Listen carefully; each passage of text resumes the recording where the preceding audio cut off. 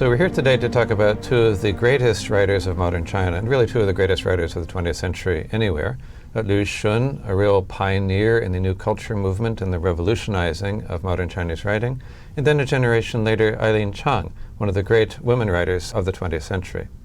So suppose we start with Lu Xun. One of the great Chinese modernists, a good example of how world literature was refracted through China, which was just in the process of modernizing. And this is one of the interesting questions about Lu Xun, that he lived at a tumultuous time. China was going through all kinds of changes. Can you sketch a little bit the picture of those changes? Well, he's very much a central figure in Chinese culture and also a kind of international modernist at the same time. He's born just a few months before both James Joyce and Virginia Woolf, for example. It's this modernist generation, though on the other side of the world. And he grows up being very much part of the interest in connecting to the wider world. The Chinese of his generation are very aware that Japan has gotten with the program of science, technology, progress as they're seeing it, and is indeed starting to progress into colonial ambitions in mainland China itself. And so there's a kind of fascination and ambivalence with both the West and also with Japan as a kind of window to the West. So Lu Xun himself goes to study medicine in Japan and really intends to be a doctor and come back and heal people. His own father had died while he was an adolescent, not well treated, he felt, by traditional Chinese medicine, so he's going to learn this great new sort of Western mode. But then in his biology class, his professor shows some sort of random slides to fill up time at the end of class. And one of the slides shows a Chinese man about to be executed by the Japanese with a bunch of passive Chinese onlookers. This is the Japanese are sort of part of their incursion into China. Lu Xun is shocked that his students around him, most of them are Japanese, are applauding this. And he thinks, all right, something has to be done. And he decides that before China can be healed physically, it needs to be healed spiritually. And he turns to literature and all kinds of writing as a way to sort of try to push the culture forward.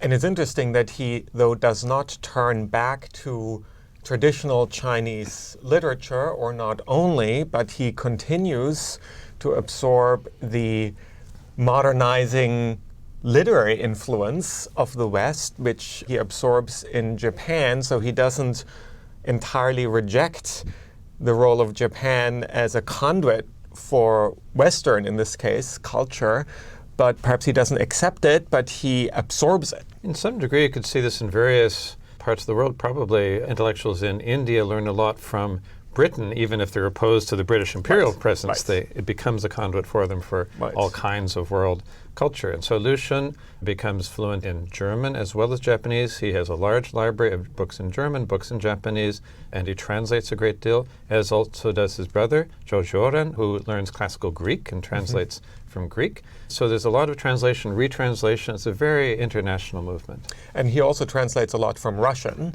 right? And Russia, of course, is culturally perhaps somewhat closer to China.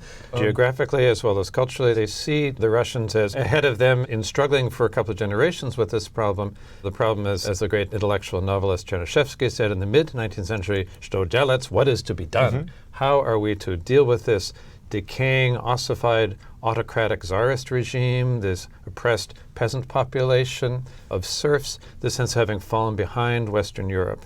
And all of these things seem very relevant in the Chinese context as well. He learns languages, he translates, but just translating foreign works is not the only thing he does. It's not the only thing he wants to do. And I think a large part of this is reform does not happen individually. He becomes part of a group. And one of the things you see here is what becomes known as the New Culture Movement, later often called the May 4th movement, following a big demonstration in May 4th, 1919, really sparked by students at Peking University, but then spreading very widely, in which there's a huge demonstration in Tiananmen Square against the Chinese government having reluctantly agreed to sign on to the Versailles Treaty that ends World War I, in which, though they were on the side of the victorious Allies, possessions that Germany had held in mainland China are now given to Japan. Tremendous betrayal. So there's politics, and then there's also cultural reform totally intertwined for these folks.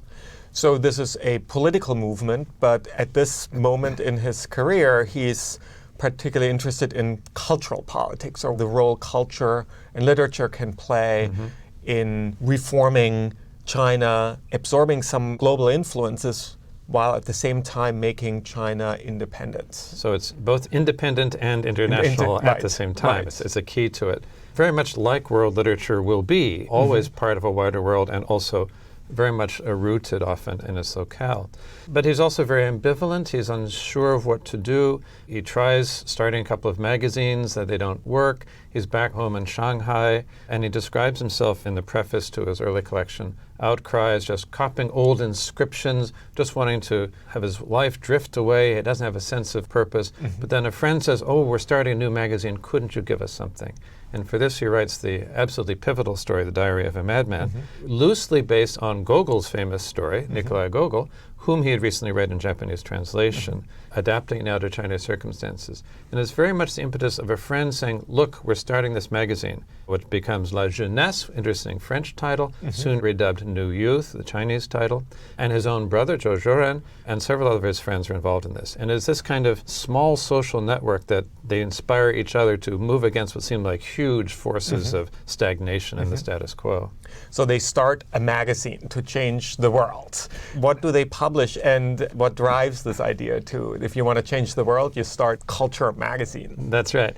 These movements have really two centers of gravity. One is Beijing, where there are these new universities, quite newly established, Peking University, Tsinghua University, and as often in the world, it is students moving change forward. And then also Shanghai, which is perhaps the most international city on the mainland. China, you have had a long period of French settlement and British settlement.